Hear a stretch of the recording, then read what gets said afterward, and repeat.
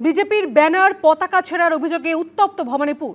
যোগুবাবুর বাজারের কাছে পতাকা ব্যানার ছেঁড়ার সময় ধাওয়া তাড়া করলে অভিযুক্তরা ভবানীপুর থানায় আশ্রয় নেয় বলে অভিযোগ।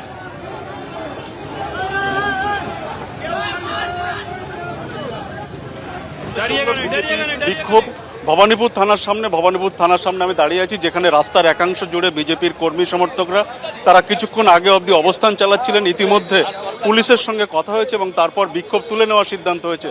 ঠিক কিভাবে ঘটনার সূত্রপাত, রাত 8টা নাগাদ যোগুবাবুর বাজার এলাকাতে বেশ কয়েকজন তারা হলুদ টি শার্ট পরা ছিল, যেমনটা বিজেপির কর্মী সমর্থকদের অভিযোগ।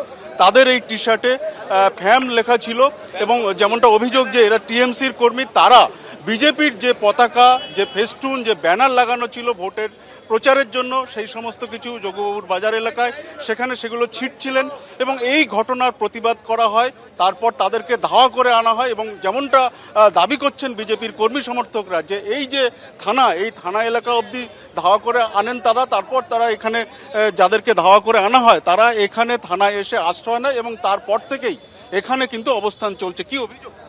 দেখুন, অভিযোগ এটা আছে কি প্রশাসনকে 3-4 দিন থেকে এরকম হচ্ছে অন্য অন্য ড্রেসে, আজকে হলুদ ড্রেসে মোটামুটি আপনি বুঝলেন 30+ লোক পুরো শুভেন্দু অধিকারী যে এলওপি লিডার অপোজিশন আছেন, যে ভবানীপুরে বিজেপি উমেদবার রয়েছেন, ওনার ব্যানার পোস্টার, তারপরে ওই আমাদের ফ্ল্যাগ, আমরা ভাবছিলাম বোধহয় ইলেকশন কমিশনের লোক হতে পারে। পরে দেখলাম তো কিছু নেই, এটা হলুদ কাপড় পরে রয়েছে আর সব তৃণমূলের কার্যকর্তা, সারা তৃণমূলকে সমাজ বিরোধী টাইপের লোক আছে, মহিলাও আর জেন্টস সব। আমরা দেখলাম যে আপনারা অভিযোগ করেছেন, পুলিশের সঙ্গে বেশ কিছুক্ষণ কথাও হয়েছে। কি কথা হলো? কথা হয়েছে, ওদেরকে অ্যারেস্ট করে সেন্ট্রাল লকআপ নিয়ে গেছে, ডিসি এসছেন, DC2 আছেন, এসিপি আছেন, ওনারা কথা দিয়েছেন, আমরা FIR জন্য অনুরোধ করেছি, ওনারা কারবাইকে আশ্বাসন দিয়েছেন।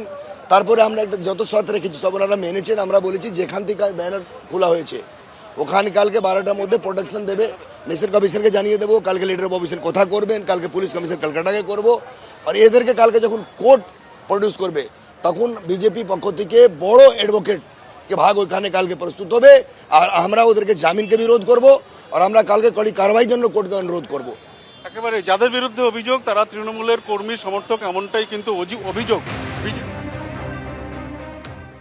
কয়লা পাচার মামলার তদন্তে আইপ্যাকের ডিরেক্টর এবং সহ প্রতিষ্ঠাতা বীরেশ চান্ডেলকে গ্রেপ্তার করল এনফোর্সমেন্ট ডিরেক্টরেট।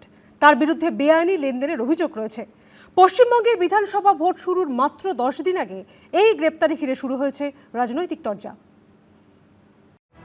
পশ্চিমবঙ্গে বিধানসভা নির্বাচনে 10 দিন আগে কয়লা পাচার কাণ্ডের তদন্তে নতুন মোড়। দিল্লি থেকে আইপ্যাকের ডিরেক্টর ও সহ প্রতিষ্ঠাতা বীরেশ চান্ডেলকে গ্রেফতার করল ইডি।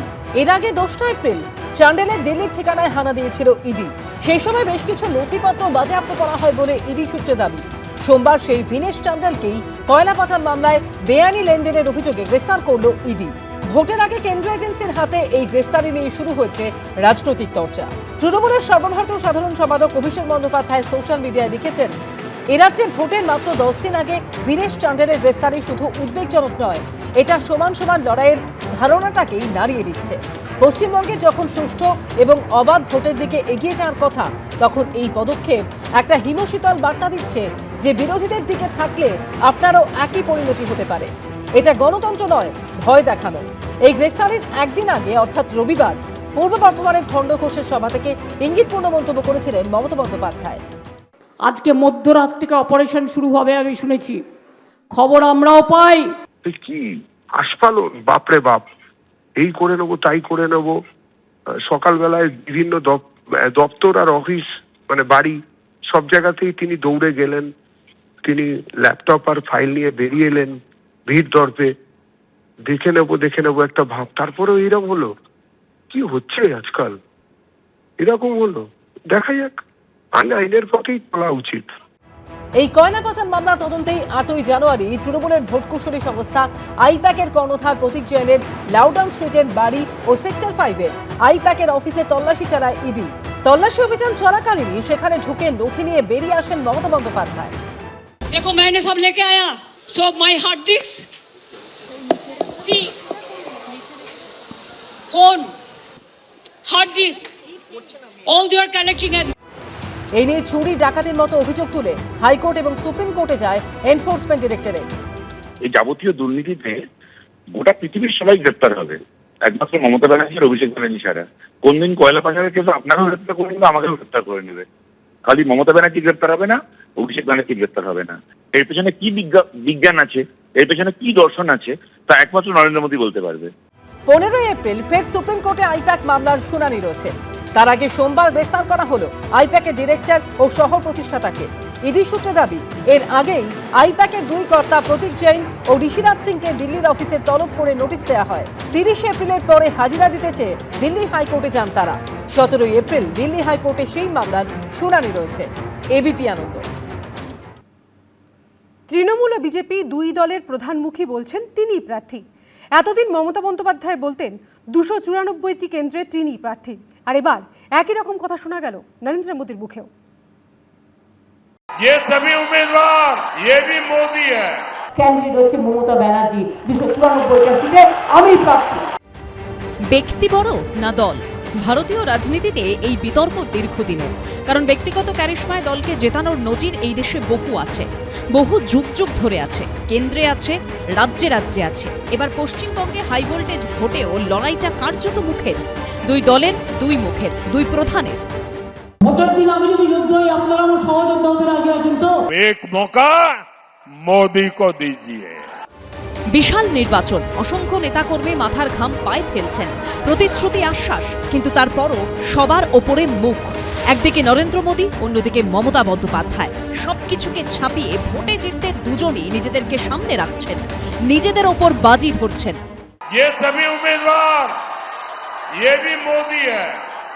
आपने लेफ्ट को मौका दिया, कांग्रेस को मौका दिया, टीएमसी को मौका दिया, अब एक मौका मोदी को दीजिए।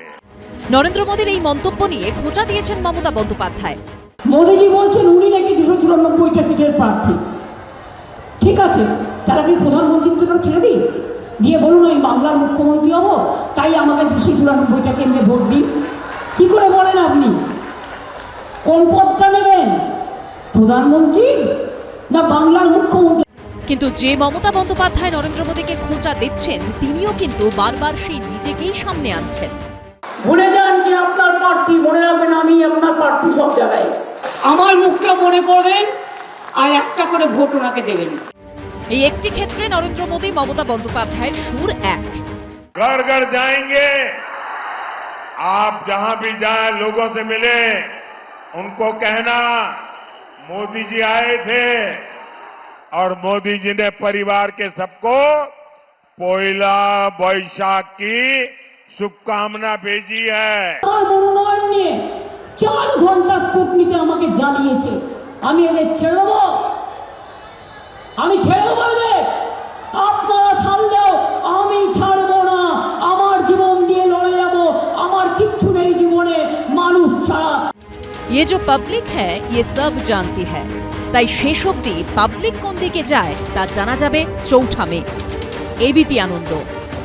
এবিপি আনন্দ, এগিয়ে থাকে, এগিয়ে রাখে।